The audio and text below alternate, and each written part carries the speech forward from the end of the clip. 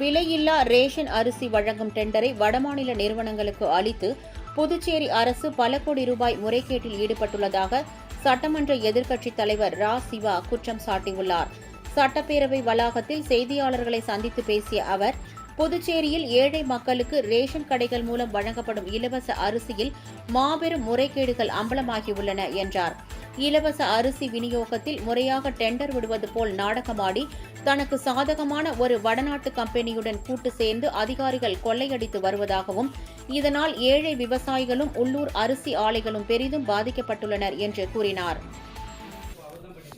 ஏங்க 15 ரூபா ஊழலா, இல்லை அவருக்கு தெரியாமல் அதிகாரிகள் பண்ணிக்கிறாங்களா, இல்லை அவரே பண்ணிக்கிறாங்கன்றதை நான் குற்றச்சாட்டாக வைக்கிறேன்.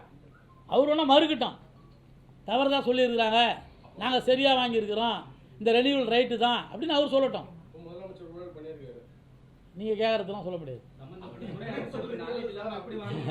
அதாவது அதை சொல்கிறதுக்கு எங்களுடைய அச்சம் இல்லை. ஆனாலும் ஒரு பெரிய தவறு, மக்களுக்கு 10 கிலோ கொடுக்குற அரிசியை 5 கிலோ கொடுக்கலாம். நீ சொன்ன 2 கிலோ கோதுமை தரேன்னு சொன்னீங்க, கொடுக்கா விட்டீங்க. பருப்பு போடுறீங்க, போடா விட்டீங்க. இதெல்லாம் இதில் செய்யலாம். ஏறக்குறை 20 கோடி ரூபான்றது பெரிய தொகை. அது மட்டும் இல்லாமல் இன்னொரு விஷயத்தையும் சொல்கிறேன். இன்றைக்கி ரேஷனில் சப்ளை பண்ணக்கூடிய அரிசி முழுமையாக போய் சென்றடையலை.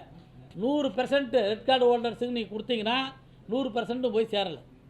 மஞ்சள் கார்டில் இருந்து இவ்வளோன்னு கொடுத்தீங்கன்னா போய் சேரல. 70% தான் சப்ளை பண்ணுறாங்க. மீதி 30% அது எந்த அக்கௌண்ட்டில் வருது? அரிசியை வாங்குறீங்களா வாங்கலையா, இல்லை அரிசியை வாங்கினதை மீந்து மறுமாதம் போகிறீங்களா? இதெல்லாம் அவங்க ஒரு வெள்ளை அறிக்கையாகவே கொடுக்கணும். கடந்த 4 மாதத்தில் என்னோட தொழிலில் 80%க்கு மேலே கொடுக்கவே இல்லை.